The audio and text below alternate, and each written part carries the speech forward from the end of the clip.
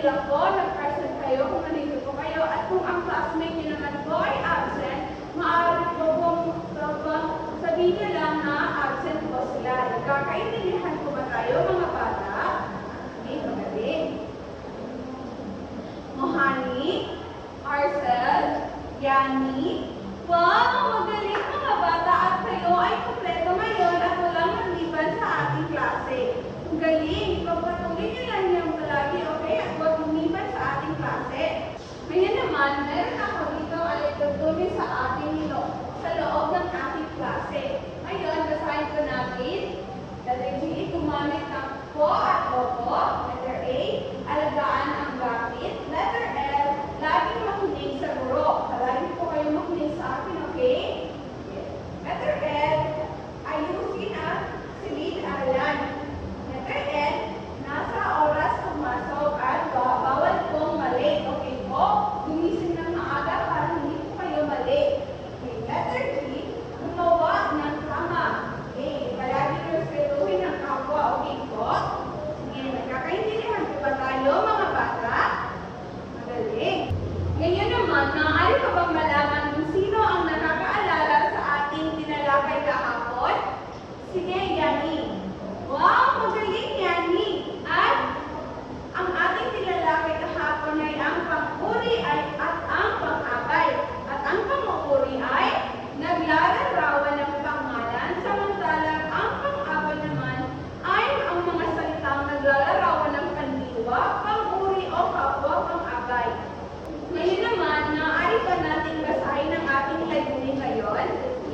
Letter A, natutukoy ang mga elemento ng may kwento, tauhan, tagpuan, banghay at ang tema.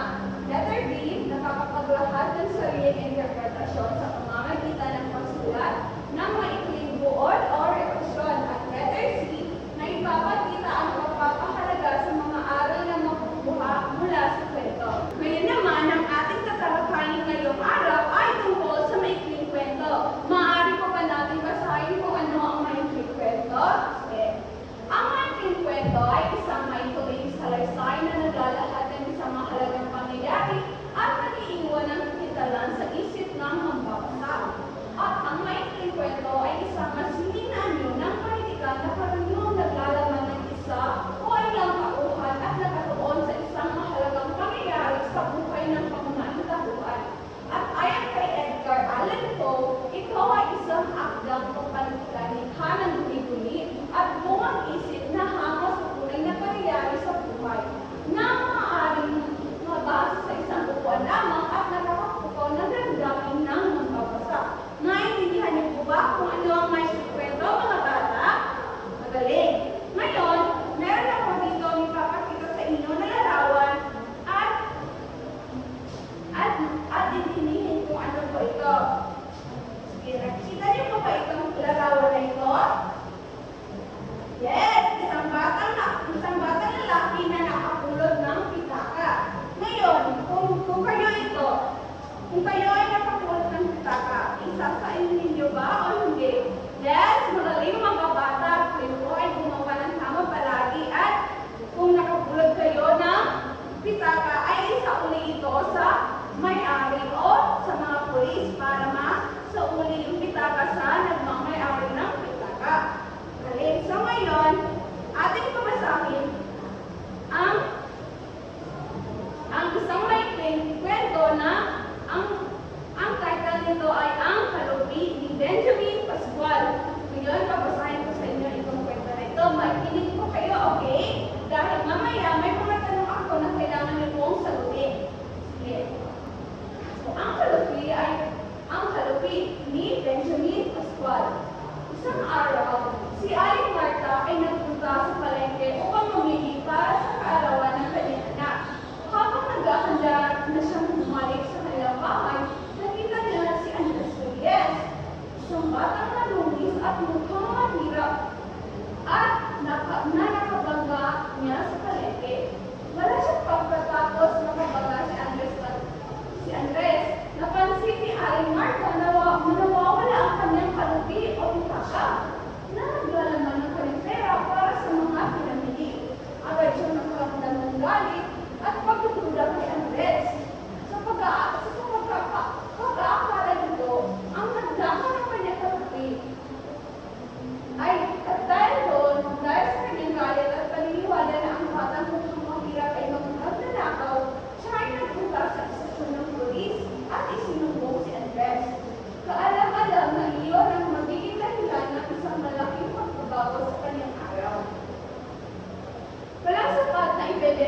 ang mga pulis ay tumugon sa pakiusap ni Aling Marta at hinuli si Andres. Sa kabila ng kanyang pagtanggi at pag-iyak, pinilit ng mga pulis na dalhin si Andres sa kulungan. Iniwan ni Aling Marta ang istasyon ng pulis. Sigurado na siya na si Andres ang may sala. Pagdating sa kanilang bahay, nadatnan ni Aling Marta ang asawa niya si Mang Tomas. Sa kanilang pag-uusap, biglang natuklasan ni Aling Marta na ang kanyang nawawalang trophy ay nasa loob ng bulsa ng kanyang gamit. Sa gulat at pagkabita, natatang niya si Andres ay inasente at hindi siya ang kumuha ng kanyang bitaka. Ang trophy ay nandoon lamang sa kanyang sariling bulsa at mali ang kanyang parata kay Andres. Ngayon, agad siyang bumalik sa istasyon ng pulis upang tuwiin ang kanyang reklamo. Ngunit, huli na ang lahat dahil si Andres ay natagpuan na patay siya at siya ay tinamaan ng malubhang sakit sa puso dahil sa stress at takot mula sa pagkakagulo. Ngayon, tatanungin ko kayo kung sino ang mga tauhan dito sa kwento ng kalupi. Sige, Mohani, sino ang mga tauhan sa kwento ng ang kalupi? Yes, magaling, Mohani. Ang mga tauhan sa kwento ng kalupi ay sila, Aling Marta, na siya ang hinanapunda sa palengke at nag-akusa kay Andres. At pangalawa ay si Mang Tomas. At ito ay asawa ni Aling Marta na nakatuklas ng kalupi. At si Andres Reyes naman ay ang batang mahirap na nadadawit sa maling paratang. At ang pang-apat na tauhan ay ang mga pulis, otoridad na kumilos patay sa reklamo ni Aling Marta. Ayun naman, sino ang nakakaalam kung saan yung tagpuan doon sa binasa nating kwento? Yes, magaling, Yani. Ang tagpuan doon ay ang palengke na lugar kung saan nagagaling Aling Marta, si Andres at nawawala ang kalupi. At ang istasyon ng pulis na lugar kung saan sinumbong at ikinulong si Andres. At ang bahay ni Aling Marta at Mang Tomas na dito natagpuan ang nawawalang kalupi sa bulsa ng damit. Ngayon naman, sino ang nakakaalam kung ano ang banghay doon sa ating pinasang kwento? Yes, magaling mga bata. Ang simula ay ang pagpunta ni Aling Marta sa palengke para mamili. At ang pangalawa ay saglit na kasiglahan na pagkabangga na kay Andres at pagkawala ng kalupi. Pangatlo ay ang kasubulan na pagsumbong sa pulisya at pagkakulong ni Andres. At pang-apat, kakalasan na ito ang pagkatuklas na nasa pusa lamang pala ni Aling Marta ang kanyang nawawalang kalupi. At ang panglima na kung saan ang wakas ay ang pagbalik sa istasyon ni Aling Marta sa istasyon ng pulis at pagkamatay ni Andres. At ang tema ng ating pinasang kwento ay ang mali na manghuhusga, diskriminasyon, kawalan ng hustisya at pagsisisi. Ngayon, may natutunan pa kayo sa ating pinasang kwento, mga bata? Yes, magaling. Bawal magbintang, bawal din maghusga muna. Dapat alamin mo muna kung ano ba talaga ang nangyari at bawal kayo manghusga bigla sa ating kapwa. Nagkakaintindihan po ba tayo? Yes, magaling. Bawal din tayo mag-diskrimina sa ating kapwa na kung bakit yung bata ay mahirap lang at hindi maayos ang kanyang suot ay ginajudge na natin sila. Nagkakaintindihan po ba tayo? Yes, magaling dahil kahit anuman ang itsura ng ating kapwa ay hindi natin dapat sila hinahusgaan sa kung ano ang kanilang pananamit o kahit anuman dahil minsan yung mga ganyang tao ay ganyan sila yung mga mababait at magaganda ang kalooban. Ngayon, magkakaroon tayo ng activity at hahatiin kayo sa 4 na grupo at bawat grupo ay bibigyan ng isang elemento ng kwento upang talakayin at ipresenta nito sa harapan. Ibabahagi ng bawat grupo ang kanilang natutusan. Magkakaintindihan mo ba tayo, mga bata?